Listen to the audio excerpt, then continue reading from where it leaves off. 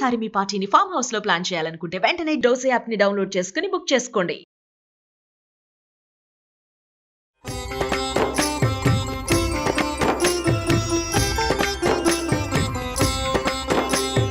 నమస్కారం. విష్ణు పురాణం 28వ భాగం అనగా చివరి భాగంలోకి వచ్చామండి. ఇప్పుడు మనకి పరాశర మహర్షి మైత్రేయుడికి చెప్తున్నటువంటి ఆత్యంతిక ప్రళయం గురించి చెప్పుకుందాం. మనుషులకి అసలు జీవరాశులన్నిటికీ తాపత్రయాలు 3 ఉంటాయని మనం తాపత్రయం అంటూ ఉంటాం. అంటే ఏమిటో తెలియదు మనకి. ఎందుకు వచ్చింది తాపత్రయం అని వాడతాం. ఆ తాపత్రయం గురించి చెప్తున్నారు.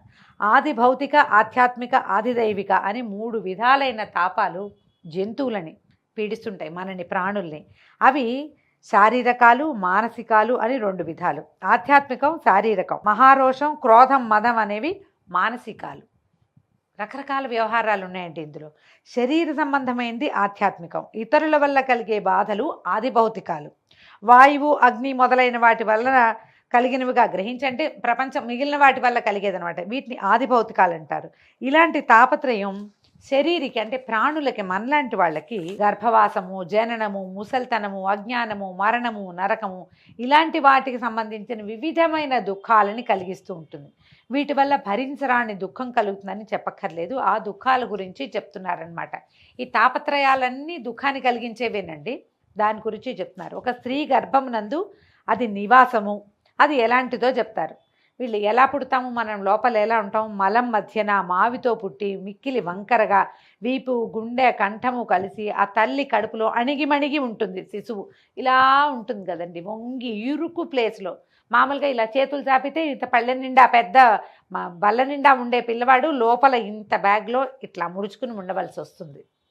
అయితే ఎలా ఉంటారు, అరటి పువ్వులాగా ముడుచుకుపోయి ముద్ద కట్టి తన మూత్రంలోనే ఉండిపోవటం. కాళ్ళు చేతులు కూడగట్టుకుని ఆ శరీరాన్ని చుట్టుకుపోయి ఉంటాయి. వేడి, చలవ, వగరు, చేదు, పులుపు ఇట్లా వివిధ రుచులు, ఆ రుచులు కలిగినటువంటి ఆహారం తల్లి తీసుకుంటే ఆ పదార్థాల చేదు వగైరా తను అనుభవిస్తూ బాధపడుతూ ఉంటుంది. పెరుగుతూ సమయానుసారంగా ప్రజాపతి పంపించి గాలి కొట్టగా కడుపులో తల్లకిందులా పడి చివరికి ప్రసూతి వాయువు అనే వాయువు యొక్క విసురు వల్ల బయటికి వస్తుంది. మనకి శరీరంలో పంచప్రాణాలు అంటాం కదండి, 5 వాయువులు అవి ఉన్నాయి. వాటితో పాటు ఉపవాయువులు కూడా ఉంటాయి. స్త్రీ శరీరంలో నుంచి బయటపడాలంటే ప్రసూతి వాయువు అనే ఒక వాయువు యొక్క పంపింగ్ వల్ల శిశువు బయటకు వస్తాడు. పురాణంలో ఇట్లా చెప్పబడుతుంది. వెలుపలి గాలి తగలగానే లోపల ఉన్నంతసేపు శిశువుకి జ్ఞానం ఉంటుంది, వాడిలో ఉన్న ఆత్మకి. బయట గాలి తగిలేసరికి జ్ఞానం పోతుందట. శరీరం ఇరుసులలో పెట్టి ఆడించినట్లు, రంపంతో కోసినట్లు, ముళ్లతో గుచ్చినట్టు నొచ్చి బాధపడుతుంటుంది. గోక్కోవటానికి కానీ, ఒత్తిగిలి పడుకోవడానికి కానీ శక్తి లేక బాధపడుతూ ఉంటారు. తాగడానికి, తినడానికి ఇతరుల సహాయమే దిక్కుగా ఉంటారు. ఈగలు, దోమలు కుడితే ఆ బాధ అనుభవించవలసిందే కానీ ఆ శిశువు ఏమీ చేయలేదు. క్రమక్రమంగా పెరుగుతూ ఇతరుల అదిలింపులు, బెదిరింపులు అనుభవించవలసిందే. ఆది భౌతిక తాపాలకు కంది అజ్ఞానానికి ఆటపట్టై తన్ను తానెరగక మూఢవృత్తితోటి బతకవలసి వస్తుంది. యవ్వనం వచ్చిన తర్వాత మత్తుడై ధర్మ విరోధకాలైన అర్థకామాలకు లొంగి దురాశతో చేయరాని పనులు చేస్తూ బతుకు వెల్లడిస్తారు. ఎవరైనా చేసేదే ఇది. ముసల్తనం రాగానే జుట్టు ఊడిపోయి, చుట్టు పండిపోయి, పళ్ళు ఊడిపోయి, దృష్టి తగ్గి, వెన్నెముక వంగి, శక్తి అంతరించి కర్ర పట్టుకుని నడవాల్సి వస్తుంది. చెవుడు, మాట్లాడడానికి శక్తి చాలక గుటకలు వేస్తూ ఉండటం, తిండి నిద్ర తగ్గిపోవటం, తిండి అరగకపోవటం ఇలాంటి దురవస్థల్లో పడతారు. అన్నీ అణిగిపోయినా ఆశలు మాత్రం సావవు. చివరికి పడరాని రోగాల బారిన పడి కుటుంబాన్ని వదల్లేని దుఃఖంతో దేన్ని వదిలిపెట్టలేం కదా, యమభటుల చేతిలో పడతాడు. తను చేసిన పాపకర్మలకు నరకంలో యమకింకర్ల చేత పడరాని శిక్షలకు లోబడి దుఃఖిస్తాడు. అవి అయిన తర్వాత మళ్ళీ ఏ తల్లి కడుపులోనో పడ్డము, పుట్టడము, పెరగడము, ఇందాక చెప్పుకున్న ఈ ఇంత పొడుగునే లిస్టు ప్రకారము అన్ని బాధలు పడటము, మళ్ళీ ముసల్తనము, మళ్ళీ మరణము, ఇదే వరుస. జీవి ఇలాగే తిరుగుతూ ఉంటాడు. పుట్టడం, చావడం, మళ్ళీ పుట్టడం, ఈ వరుస కర్మ ఫలితం ప్రకారం ఇలాగే జరుగుతుంది. ఇందులో ధనం ఆర్జించడము, దాన్ని కాపాడుకోవటము, వినియోగించడము, ఈ పనుల్లో కూడా దుఃఖమే కానీ సుఖమేముండదు. సంపాదించిన నాళ్ళు కడుపు కట్టుకుని సంపాదించడం, అనుభవించే సమయానికి ఆకలి ఉండదు, అన్నం తింటే అరగదు, నిద్ర పడుకుంటే నిద్ర పట్టదు, వృద్ధాప్యం ఎంత డబ్బు ఖర్చు పెట్టినా శరీరానికి సుఖం రాదు. ఇంతే జీవితం. కలిమి కష్టాల ప్రోవు అని చెప్పాలి కానీ సుఖమయం అనడానికి వెళ్ళేది. ఎంత సంపాదన వచ్చినా వాడికి ఏం సుఖాలు ఉండవు. కర్మలు దుఃఖానికి బీజాలు. వాటి ఫలితం ఏంటంటే పుడుతూ ఉండటం, చస్తూ ఉండటం. ఈ జ్ఞానం నరుడికి కలగదు. నేను ఈ పని చేస్తున్నానే మళ్ళీ పుడతాను ఏమో, తర్వాత ఎప్పుడు పుడతామో మనకు తెలియదు కదా, తెలీదు, అర్థం కాదు, అజ్ఞానమే వీరన్నిటికీ మూల కారణమని చెప్తారు. ఈ దుఃఖం పోగొట్టుకోవడానికి దివ్యమైన ఆయుధం ఏంటంటే విష్ణు సహస్రనామ పారాయణమట. జ్ఞానులు ఈ మాట చెప్తారు. ఈ దుఃఖం పోతుంది, నువ్వు పుట్టవలసిన అవసరం తగ్గుతూ ఉంటుంది. నిత్యము సహస్రనామ పారాయణ చేస్తావు. ఎప్పుడు భగవన్నామం తీసుకునే వాళ్ళకి ఇతరులని తిట్టడానికి, కేకలేయటానికి, ఏది కావాలి ఇది కావాలి అని అడగడానికి సమయం తగ్గిపోతుందండి. భగవన్నామమే ఎక్కువగా జరుగుతుంది. అప్పుడు ఏమవుతుంది, ఆ మాటలు తగ్గేసరికి కర్మలు తగ్గటం మొదలు పెడతాయి. నిదానంగా మన పుటకలు చావులు కూడా తగ్గుతుంటాయి. విష్ణు సహస్రనామాన్ని వదిలిపెట్టద్దని చెప్తున్నారు. శ్రీహరి దయను పొందటానికి కర్మ, జ్ఞానము అనేవి సాధనాలని ఆగమోక్తి. జ్ఞానం ఆగమ విహితమైనటువంటి కర్మాచరణం. ఏది లేక బతుకు సుఖంగా గడవాలి, మోక్షం రావాలని అరిస్తే వస్తాయా? అరిస్తే రాదు. భగవంతుడు అనే పదానికి అర్థం చెప్తున్నాను విను. సంభవము, భర్త అనే రెండు భకారానికి అర్థమట.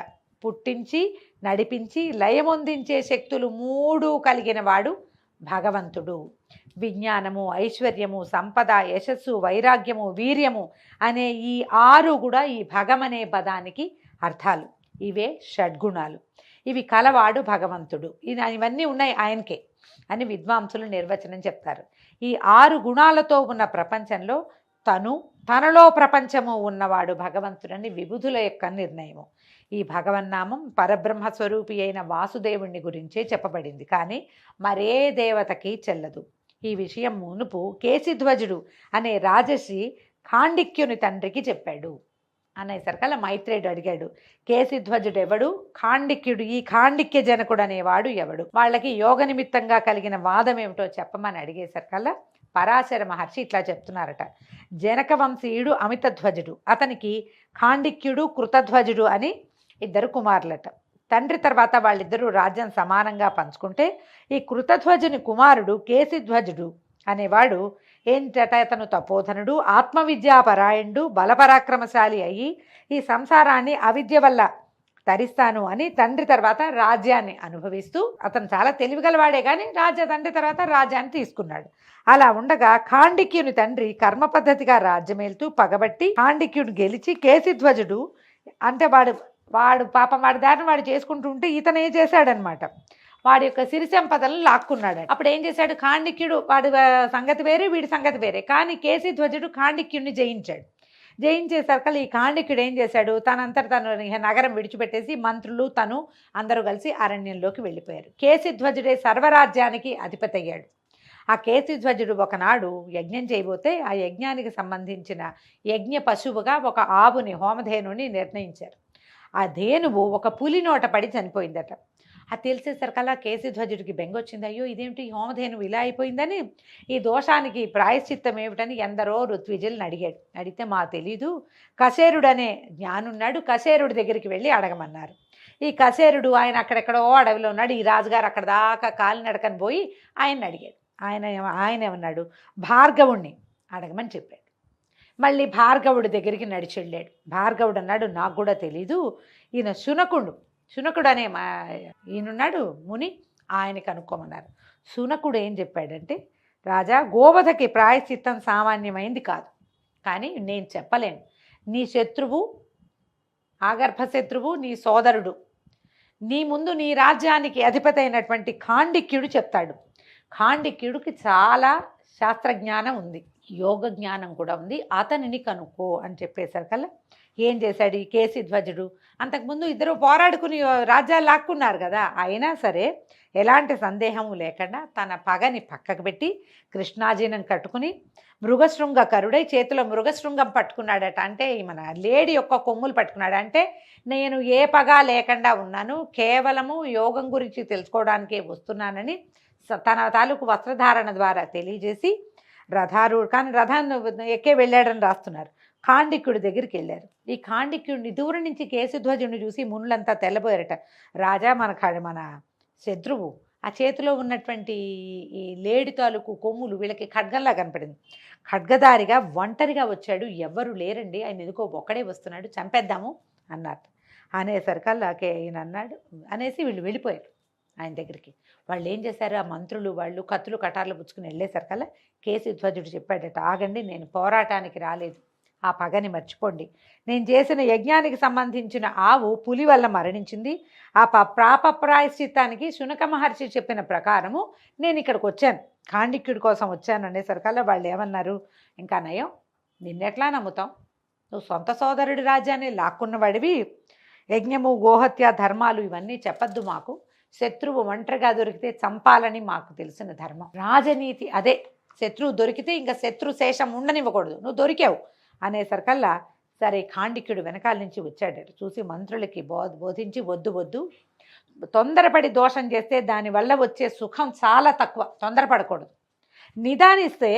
నిదానిస్తే పుణ్యలోకాలు లభిస్తాయి మనకి, తొందర మాత్రం పడకూడదు, దొరికాడు కదా వేసేద్దామని వేసేస్తే తర్వాత చాలా సమస్యలు వస్తాయి, అందుకని తొందరపడకూడదు, ఇది పైగా మనకి బుద్ధిమంతులకి పుణ్యలోకాలు లభిస్తాయి నాయన, తాపీగా ఉండేవాళ్ళకి దాన్ని పోగొట్టుకోవద్దు, పైగా తగిన తోడు లేకుండా వచ్చిన శత్రువుని పట్టి చంపటం ధర్మ విరుద్ధం, పనికిరాదని మాట్లాడి ఈ కేశధ్వజుడు మంచి చెడ్డలు తెలిసినవాడే, ఏదో ధర్మ సందేహం అడిగి తీర్చుకోవడానికి వచ్చాడు కదా, చేర తీసుకోవచ్చు, ఇతన్ని ఎదిరించద్దని చెప్పి మంత్రుల్ని శాంతపరిచి ఆయన దగ్గర కేశధ్వజుడి దగ్గరికి వెళ్ళి మంచి మాట్లాడి తన వెంట తీసుకొచ్చి మర్యాదగా కనుక్కున్నాడు.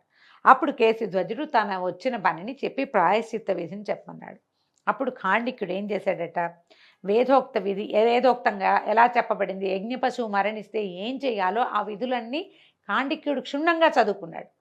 ఈ వచ్చిన కేశధ్వజుడు తన శత్రువు అయినా కూడా అతనికి కావలసినటువంటి నీతిని ధర్మాన్ని శాస్త్రాన్ని విడమర్చి బోధించాడు.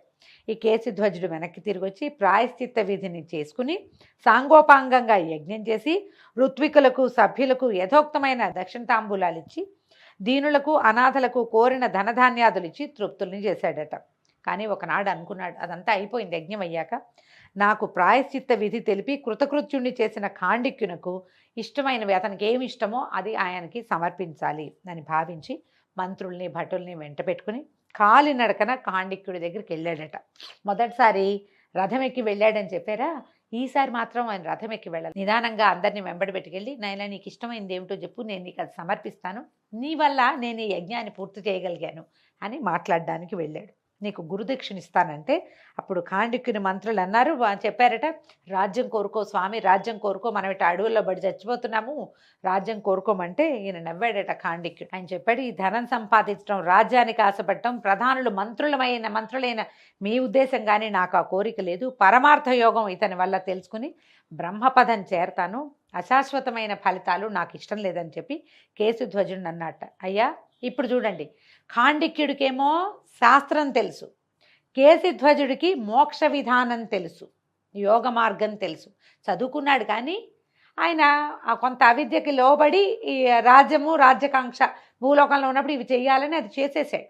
ఈయన ఖాండిక్యుడు అడిగాడు, నాకు మోక్షాన్ని సంపాదించడానికి తగిన యోగ మార్గాన్ని ఉపదేశించమని.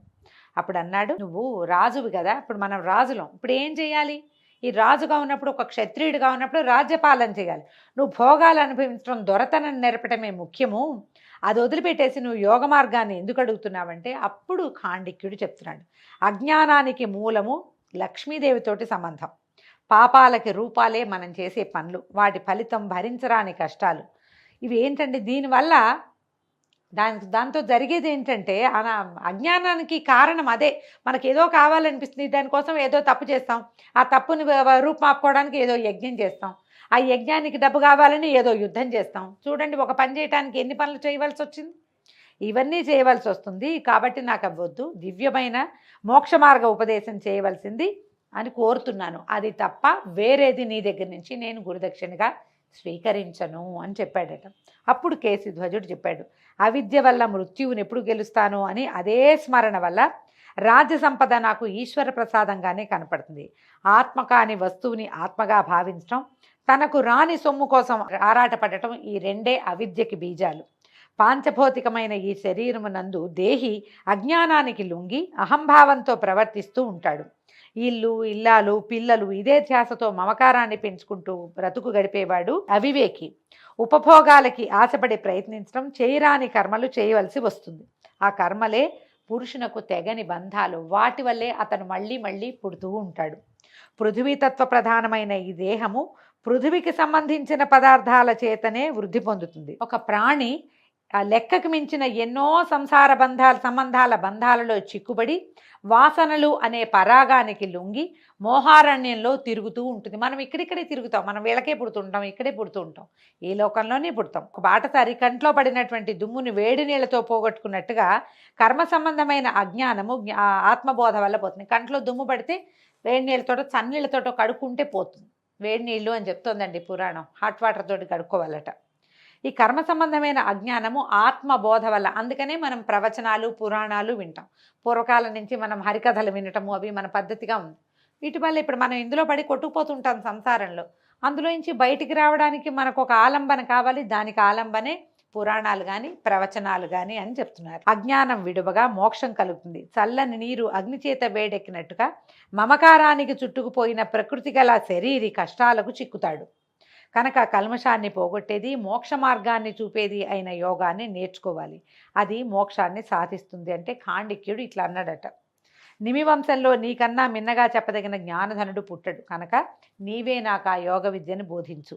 ఆ విధంగా నన్ను కృతార్థుని చెయ్యి అంటే ప్రసన్న హృదయుడైన కేసిధ్వజుడు ఇట్లా చెప్పాడట. రాజా, ఇది పూర్తిగా వేదాంతమేనండి, నిదానంగా వింటే అర్థమవుతుంది. బంధమోక్షాలకు హేతువు చిత్తం, విషయ సుఖాలకి అది లాగుతూ ఉంటుంది. దాని చేత చిక్కులకు చీకాకులకు కట్టుపడవలసి వస్తుంది. ఆ వాంఛలకు లొంగకపోతేనే మోక్షప్రాప్తి కలుగుతుంది. కనుక మనసు చెదరనీయక బ్రహ్మధ్యానంపై అంకితం చేస్తే ముక్తి సాధ్యమవుతుంది. ఇనుము సూదంటురాయికి వశమైనట్లుగా బ్రహ్మధ్యానం చేత ఆత్మభావం కలుగుతుంది. ఆత్మభావం విషయవాంఛలకు లొంగక సన్మార్గాన నడుపుతుంది. అలా స్థిరచిత్తంతో బ్రహ్మధ్యానం నిరంతరము చేస్తూ ఉండటమే యోగం. ఆ యోగ విద్య యందు నిశ్చల బుద్ధిని ప్రయోగించి వర్తించేవాడే దివ్యయోగి. మోక్షం అతని చేతి ఉసిరిక, అంటే కరతలామలకం అంటాం కదా, అరచేతిలో ఉన్న ఉసిరిపండు అనమాట. బ్రహ్మతత్వం తెలిసిన బ్రహ్మణ్యుడు అతడే. అలాగ యోగాభ్యాసంలో ఉండగా ఎప్పుడైనా ఆటంకం కలిగినా మలి జన్మలో తప్పక ముక్తి పొందుతాడు. ఎవరి నుంచి ఏదీ తీసుకోక మిక్కిలి శుచిగా ఉండటం, అహింస, బ్రహ్మచర్యము, దొంగతనం లేకుండా ఉండటం కలవాడై యోగాభ్యాసుడయి ఆ యోగ ఫలితాన్ని కోరకూడదట. నాకు ఇది కావాలి అనకూడదు, యోగాభ్యాసిగా మాత్రమే ఉండాలి. నియమము, శౌచము, తపస్సు, వేద పఠనము, నాలుక కోరికల్ని విడవడము, బ్రహ్మదర్శనము, దీనికి యమయోగం అనే పేరట. దాన్నే ధ్యానం అంటారు. పైన చెప్పింది కామ్యఫలకాంక్షతో చేస్తే తప్పకుండా సిద్ధిస్తాయి, సందేహం లేదు అని చెప్తున్నారు. సకలాసనాలలో భద్రాసనం అలవాటు చేసుకుని దాంతో యోగాన్ని అభ్యసిస్తూ పంచగుణాలను మనసుతో జోడించి బ్రహ్మధ్యాన ప్రవృత్తితో ఉండటమే యమం అని చెప్తారు. ఇది ప్రాణం యమ యోగాల గురించి చెప్తున్నారండి. ఇందులో ఉన్నది చదువుతున్నాను, వివరంగా దీని గురించి మాట్లాడేంత సమయం కూడా ఏం లేదండి. ఇందులో ఏముందో పాఠంలో అది చెప్తున్నాను అంతే. ప్రాణవాయువుల్ని తన వశం చేసుకుని బ్రహ్మతత్వాన్ని తెలిసి ప్రవర్తించే యోగం ప్రాణాయామ యోగం అని తత్వవిధులు అన్నారు. ప్రాణాయామం మనం చేస్తుంటాం కదా, ఇది ఏదో క్రియలాగా చేస్తామండి.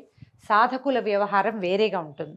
ఊర్ధ్వముఖంగా ఉన్న ప్రాణవాయువును, అధోముఖంగా ఉన్న అపానవాయువును సమాన స్థాయిలో ప్రవర్తింపజేసేది లంబన యోగం అంటారట. ఆ లంబన యోగంతో శబ్దాదులకు వశీకరమైన ఇంద్రియ సమూహాన్ని తన వశం చేసుకోవటాన్ని ప్రత్యాహారం అనే యోగం అంటారు. ఈ యోగాలన్నీ ఆ కేశవుణ్ణి తెలియటానికి స్థూల యోగాలు, సూక్ష్మయోగం ఏమిటో తెలీదు అని చెప్పగా ఖాండిక్యుడు సరే, ఏ విధంగా ఈ హరిని భావన చేసి యోగి ముక్తిని పొందునో చెప్పు, ఆ విషయం చెప్పమని అడిగితే ఇప్పుడు చెప్తున్నారు. దివ్యమూర్తి అయిన విష్ణువు యోగి యొక్క చిత్తంలో ఉంటాడు. ఆ మూర్తి స్థూల రూపం, సూక్ష్మ రూపం అని రెండు సంజ్ఞలు ఉన్నాయి, రెండు విధాలు. పర అపర అనే సంజ్ఞతోటి చెప్తారట. పరమూర్తి అపరమూర్తి అట అని చెప్పి ఈ రకంగా బ్రహ్మభావన, కర్మభావన అని అనేక రకాల వివరాలతోటి ఈ శ్రీహరిని ఎలా ధ్యాన యోగంతో ఆరాధించాలో వివరంగా చెప్పబడిందండి.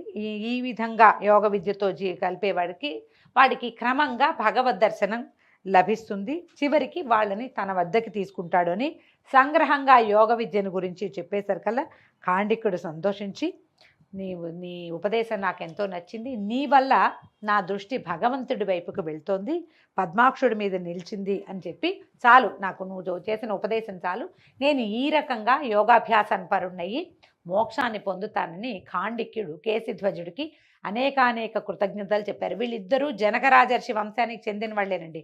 ఖాండిక్య జనకుడు, కేసిధ్వజ జనకుడు అని చెప్తారు. అందుకని మనకి జనక మహారాజుని రాజర్షిగా చెప్తారు. వాళ్ళందరూ యోగ జ్ఞానం కలిగిన వాళ్ళే. అందులో ఎవరికైనా జ్ఞానం లేకపోతే రెండో వాడికి తెలియజేసి వాళ్ళని ముందుకు తీసుకెళ్లిన సంఘటనలు కూడా కొన్ని కథల్లో కనిపిస్తాయి.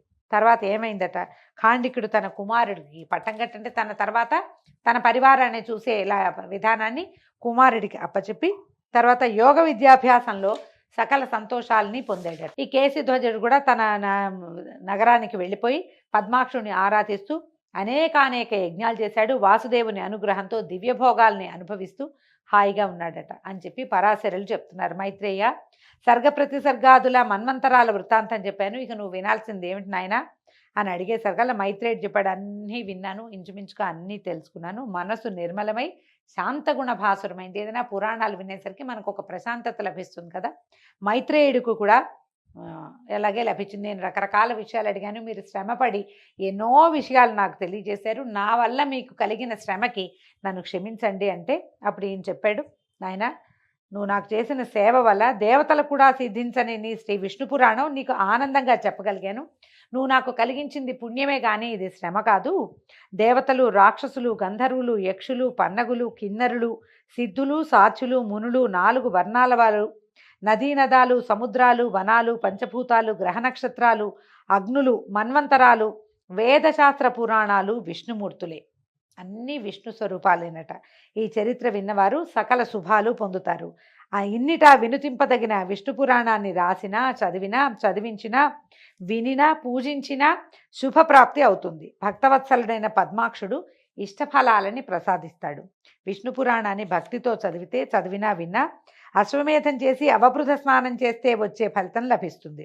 పుణ్యక్షేత్రాలలో స్నానము, దానము, ధ్యానము, తపము చేసిన ఫలితం కూడా లభిస్తుందట. అగ్నిహోత్రం యొక్క ఆరాధన 1 సంవత్సరం చేస్తే వచ్చే ఫలితం ఒక్కసారి విష్ణు పురాణం చదివినా, విన్నా, వినిపించినా లభిస్తుంది. ఇప్పుడు నేను వినిపించాను, నాకు ఫలితం లభిస్తుందండి. విన్న వాళ్ళందరికీ కూడా అగ్నిహోత్ర ఆరాధన చేసిన ఫలితం లభిస్తుందట. జ్యేష్ఠ మాసంలో శుక్లపక్ష ద్వాదశి నాడు యమునలో స్నానం చేసి మధుర వెళ్ళి విష్ణువుని ఆరాధిస్తే వచ్చే పుణ్యఫలం విష్ణు పురాణ పఠనం వల్ల కలుగుతుంది.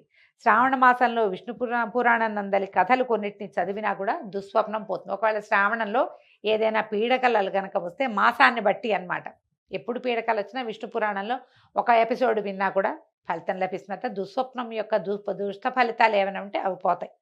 సూర్యగ్రహణ సమయంలో యమునలో స్నానం చేసి వైదికులైన బ్రాహ్మణులకు గోదాన భూదానాలు ఇస్తే వచ్చే ఫలితం విష్ణు పురాణం రాసిన వారికి వస్తున్నట్ట, చేత్తో గనక రాస్తే. విష్ణు పురాణ కథలు వినే వారికి పాపాలు పోతాయి, ఆరోగ్యాభివృద్ధి, భాగ్యాభివృద్ధి, కీర్తి, హరిభక్తి కలుగుతాయి.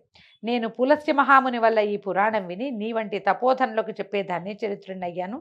శమీకుడు నీ వల్ల విని దీన్ని కృతయుగంలో వినిపిస్తాడు కాబట్టి ఈ పురాణం కలికాలం యొక్క దోషాన్ని పోగొట్టి జగన్నుతం అవుతుంది. నువ్వు మహానుభావుడివి. మైత్రేయుడికి చెప్తున్నారు, నీ జననం పవిత్రమైంది, జన్మ ధన్యమైంది నాయన. భగవంతుడి మీద భక్తిని ఏమరకుండా నిరంతరము విష్ణునామ సంకీర్తన చెయ్యి అని ఈ రకంగా పరాశర మునీంద్రుడు మైత్రేయునకు వేదమూలమైనటువంటి విష్ణు పురాణాన్ని పూర్తిగా వినిపించాడు. ఈ విధంగా సుమన్ టీవీ వల్ల ఈ 28 రోజుల పాటు విష్ణు పురాణాన్ని సాధ్యమైనంత సంగ్రహంగా మీకు అందించగలిగే అవకాశం లభించిందండి. ధనుర్మాస పుణ్యక తిథుల్లో ఈ మొత్తం 28 రోజులను మనం ఈ పురాణాన్ని విన్నాము. అవకాశం ఉన్నప్పుడు మళ్ళీ ఇంకొకసారి వినడానికి అవకాశాన్ని తీసుకోండి. నమస్కారం.